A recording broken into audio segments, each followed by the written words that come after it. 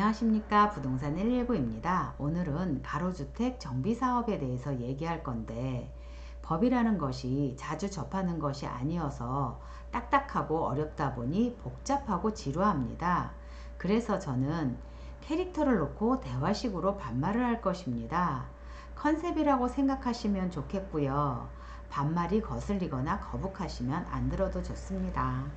우선 캐릭터의 이름은 1순위야. 재개발 1순위, 재건축 1순위, 투자 1순위 뭐 이런 뜻이라고 생각하면 돼.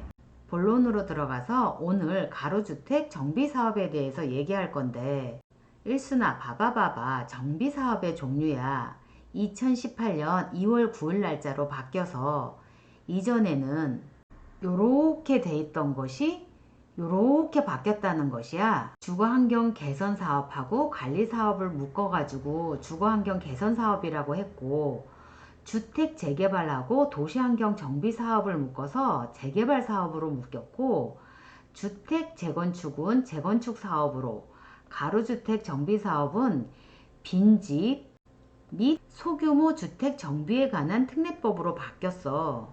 그래서 우리가 공부할 것은 요 소규모 주택 정비에 관한 특별법인데, 이게 뭔지 한번 다음 장에서 봐볼게. 빈집 및 소규모 주택 정비에 관한 특례법에 보게 되면 빈집하고 소규모 주택 정비 사업이 따로 정해져 있고, 소규모 주택 사업에는 자율주택, 가로주택, 소규모 재건축으로 나눠져 있어. 우리가 공부할 것은 여기 노란색으로 돼 있는 가로주택 정비사업을 볼 거야. 20세대 이상 가로구역에서 종전 가로를 그대로 유지하면서 주거 환경을 개선하는 사업이래. 이걸 다시 한번 풀어보게 되면, 노후 불량한 건축물이 밀집한 가로구역에서 종전의 가로를 유지하면서 소규모 주거 환경을 개선하는 사업이야. 그래도 모르겠어. 이게 무슨 말이야? 다시 한번 가르쳐 줘 봐봐. 그럼 다시 한번 보면, 도로폭이 여기 6m 이상인 도로에서 여기 안에 23년 이상의 노후된 건축물이 3분의 2 이상 밀집된 지역에서 요 동의율이 80% 이상 동의만 되면 재건축을 할 수 있는 건데, 재건축이라고 얘기하는 게 아니고 가로주택 정비사업이라고 얘기를 하는 거래. 면적은 10,000제곱미터 미만이어야 되지만 지방도시계획위원회에서 심의를 거치면 2만으로도 가능하대. 그 2만이라는 거는 3,000평에서 이제 6,000평으로 늘어날 수 있다는 얘기인 것이고, 소규모로 정비사업을 할 수 있다는 얘기인 건 거지. 요런 것이 요렇게 바뀐다는 얘기인 거야.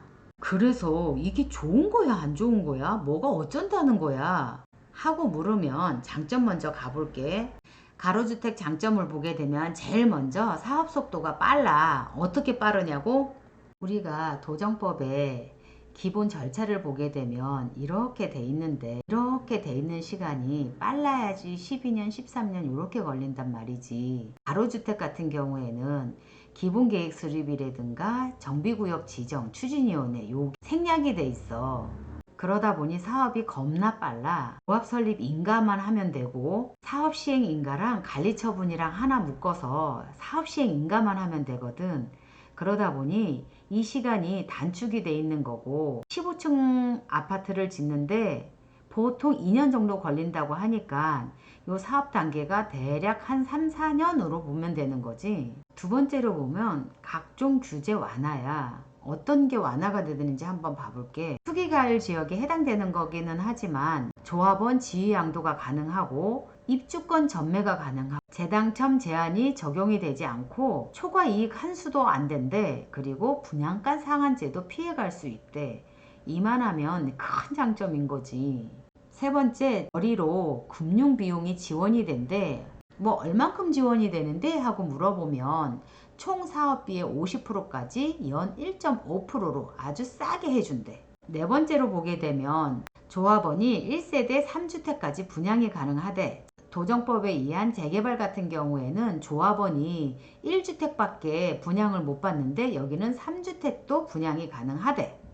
그리고 큰 특징 중에 하나는 입주권은 주택수에 포함이 안 된대. 도정법에 보게 되면 다른 주택하고 입주권을 갖고 있을 때 입주권도 주택수에 포함이 되는데 여기 같은 경우에 입주권은 주택수에 포함이 안 된대. 그래서 아주 큰 장점인 건 거. 뒤따 좋지. 근데 장점만 있어? 단점은 없어? 당연히 단점도 있지. 뭐든지 세상이 얻는 것이 있으면 잃는 것도 있는 거지. 그래서 우리 단점이 뭔지 한번 봐볼게. 세대수가 15층으로 최대 500세대밖에 안 되다 보니 대규모 개발이 부적합해. 그래서 난개발이 우려될 수 있고 소규모로 재건축을 하다 보니 기반시설이 미비할 수 있고 또 동의율을 80% 받아야 돼. 재개발 같은 경우에는 75%밖에 안 되고 대지 면적의 2분의 1 동의율을 얻어야 되는데 가로주택은 동의율이 80%고 면적의 대지 면적의 3분의 2 이상 동의를 얻어야 아파트를 지을 수 있어.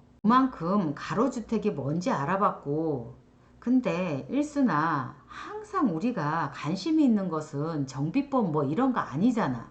우리가 관심 있는 것은 그래 그래서 얼마면 살 수 있는데 뭐 뭐니 해도 머니잖아. 머니가 얼마면 되는데 그래서 머니를 알아봤지. 우선 성남 구시가지에서 가로주택 정비사업의 플랜카드를 내걸은 단지가 태평 2사구역, 단대동 농골, 은행 1구역, 금강 3구역, 금강 2구역 대략 6개 정도 말이 나오기는 해. 근데 가로주택이라는 것이 시행이 돼서 성공 사례가 잘 없다 보니 사업 초기다 보니 수익성이 어떻게 될는지는 좀 어두운 편이야.